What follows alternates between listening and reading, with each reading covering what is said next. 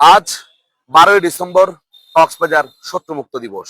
1971 সালের ঐতিহাসিক এই দিনে কক্সবাজারকে শত্রুমুক্ত ঘোষণা করেছিলেন বান্দরবন এবং কক্সবাজারের তৎকালীন যুদ্ধকালীন অধিনায়ক সেনাবাহিনীর অবসরপ্রাপ্ত ক্যাপ্টেন আব্দুস সুবহান। ক্যাপ্টেন আব্দুস সুবহান আজ আমাদের মাঝে বেঁচে নেই।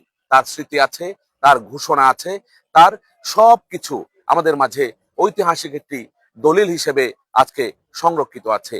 এই জায়গায় দাঁড়িয়েও আব্দুস সুবহান বিভিন্ন গণমাধ্যমে সাক্ষাৎকার দিয়েছিলেন, কথা বলেছিলেন, ইতিহাস তুলে ধরেছিলেন। আমরা তার সাথে কথা বলেছিলাম সেদিন। তিনি বলেছিলেন যে 1971 সালে কক্সবাজার এবং বান্দরবনকে তিনি একটি যুদ্ধকালীন সময়ে যোদ্ধাদেরকে সাথে নিয়ে প্রশিক্ষণ দিয়ে ঐতিহাসিকভাবেই তিনি মোকাবেলা করেছিলেন। শত্রুর ঘাঁটি তিনি উড়িয়ে দিয়েছিলেন এবং কালুরঘাটের ব্রিজ অপারেশন করেছিলেন, চকরিয়া লামা থানা অপারেশন করেছিলেন এবং সেখান থেকে অস্ত্র নিয়ে তারা মুক্তিযুদ্ধে ঝাঁপিয়ে পড়েছিলেন। এমন ইতিহাস কক্সবাজারের বিভিন্ন জায়গায় আমরা জেনেছি এবং যারা মুক্তিযুদ্ধকালীন সময়ে ক্যাপ্টেন সুবহানের সাথে যুদ্ধে অংশগ্রহণ করেছিলেন তারাও কিন্তু আমাদের সাথে কথা বলেছেন। তাদের কথাগুলো শুনে দেখুন তারা কি বলছেন মুক্তিযুদ্ধের সেই স্মৃতিচারণে। ওনারা ক্যাপ্টেন আব্দুস সুবহান, যিনি আমাদের কমান্ডার ছিলেন, ওনার নেতৃত্বেই এই এলাকায় কক্সবাজারে একটি মাত্র ট্রুপস, ওনার নেতৃত্বেই আমরা যুদ্ধ করেছি। পাবলিক লাইব্রেরিতে সবাই জড়ো হয়ে গেল, তিন গ্রুপ এসে সুবহান সাহেব একটা ঈদের উপরে দাঁড়িয়ে জনগণের উদ্দেশ্যে একটা বক্তব্য রাখি। কক্সবাজার এখন শত্রুমুক্ত, উদ্বেলিত জনতা তখন জয় বাংলা স্লোগানে মুখরিত। তারপরে মুক্তিযোদ্ধারা ফায়ার করতেছে, উপরে ব্লাইন্ড ফায়ার করতেছে, সবাই বাংলা জয় বাংলা, জয় বাংলা, জয় বঙ্গবন্ধু এভাবে স্লোগানে মুখরিত পাবলিক লাইব্রেরি মাঠ। তখন এই কক্সবাজার সেদিন 12 তারিখে শত্রুমুক্ত ঘোষণা করে। বেঙ্গল রেজিমেন্টের ক্যাপ্টেন আব্দুস সুবহান, ওনার নেতৃত্বে আমরা মুক্তিযুদ্ধে অংশগ্রহণ করি এবং উনি আমাদেরকে প্রশিক্ষণ দিয়ে সশস্ত্র যোদ্ধা হিসাবে তৈরি করেছেন। প্রথমে লামা থানা আক্রমণ করিয়া বান্দরবান জেলার লামা থানা আক্রমণ, ওখান থেকে বার্মার মুজাহিদ, এরা 50 জন মতো মুজাহিদ পাহারা ছিল। তো সুবহান সাহেব তাদেরকে খবর দিয়েছে যে তোমরা যদি আমার সঙ্গে গোলাগুলির মাঝে অংশগ্রহণ করো তাহলে আমরা তোমাদের অস্তিত্ব রাখবো না। বান্দরবন, কক্সবাজার, চকরিয়া বিভিন্ন জায়গার উপাসংগঠন সূত্রে মুক্তি।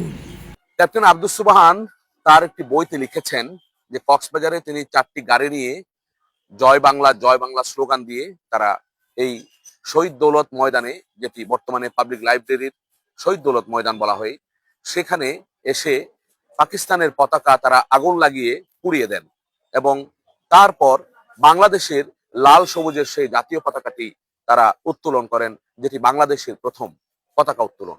এটি ক্যাপ্টেন সুবহান তার যে স্মারক গ্রন্থ নিজের হাতে যিনি লিখেছেন, মুক্তিযুদ্ধে কক্সবাজার এবং বান্দরবান এই ইতিহাসের স্মারক গ্রন্থে তিনি লিখেছেন যে তার ঐতিহাসিক যে অপারেশনগুলো রয়েছে সেই অপারেশনের বর্ণনা সেখানে দেয়া আছে। সেনাবাহিনীর ক্যাপ্টেন হিসেবে তাকে কিভাবে দায়িত্ব পালন করতে হয়েছিল এবং কক্সবাজার বান্দরবন দুটি জেলার দায়িত্ব কিভাবে তিনি পালন করেছেন সেই বিষয়গুলো নিয়ে স্মৃতিচারণ করেছিলেন ক্যাপ্টেন আব্দুস সুবহান।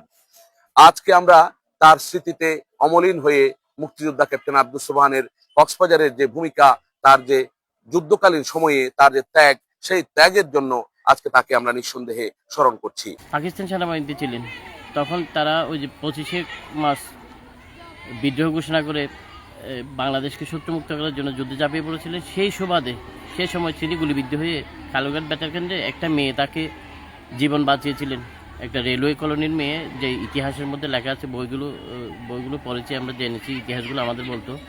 ওই মেয়েটাকে স্মরণ করে বালিকা উচ্চ বিদ্যালয় নামে মুক্তিযোদ্ধাদের স্মৃতি রক্ষার্থে বালিকাদের উদ্দেশ্যে এই অবহেলিত সমাজে যারা শিক্ষা বঞ্চিত নারী ওদেরকে সুশিক্ষিত করার জন্য এই বিদ্যালয়টি উনি প্রতিষ্ঠা করে গেছেন। উনি আমাদের মাঝে নেই। তো আমরা তিনি যে কক্সবাজারকে মুক্ত ঘোষণা করেছিলেন, প্রথম পতাকা উত্তোলন করেছিলেন 12ই ডিসেম্বর, সেই দিন আমরা একটা অনুষ্ঠানমালা এখানে রেখেছি। আমরা ওনার খবর জিয়াদ করাবো, কিছু মুক্তিযোদ্ধাদের নিয়ে ওনার ইতিহাসগুলো আমরা শিক্ষার্থীদের কাছে তুলে ধরবো। এখানে জানিয়ে রাখা ভালো, 2024 সালের 12ই জানুয়ারি তিনি তার নিজ গৃহে বার্ধক্যজনিত রোগে তিনি ইন্তেকাল করেন। বাংলাদেশ সেনাবাহিনী এবং উখিয়া উপজেলা প্রশাসনের তত্ত্বাবধানে ওই সময় তাকে রাষ্ট্রীয় মর্যাদায় গার্ড অব অনারের মাধ্যমে তাকে চিরসমাহিত করা হয় পারিবারিক কবরস্থানে। ক্যাপ্টেন আব্দুস সুবহানের এই বর্ণনা আসলে এই শরীরের রোম দাঁড়িয়ে যাওয়ার মতো।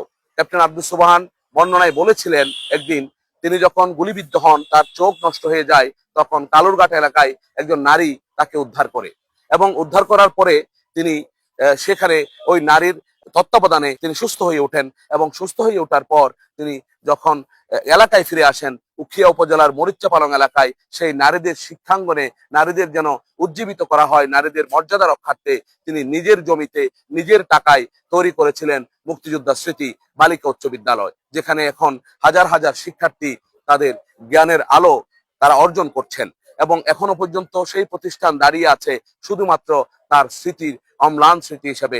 ক্যাপ্টেন আব্দুস সুবহানের প্রতিষ্ঠিত সেই মুক্তিযোদ্ধা স্মৃতি বালিকা উচ্চ বিদ্যালয়, যেখান থেকে হাজার হাজার শিক্ষার্থী জ্ঞানের আলো ছড়াচ্ছেন, জ্ঞান অর্জন করছেন, নারী শিক্ষার অগ্রভাগ তারা এগিয়ে যাচ্ছেন। এমনই একজন শিক্ষাবিদ, এমন একজন দেশপ্রেমিক মানুষকে আজকে আমরা স্মরণ করছি। জয় তো ক্যাপ্টেন আব্দুস সুবহান।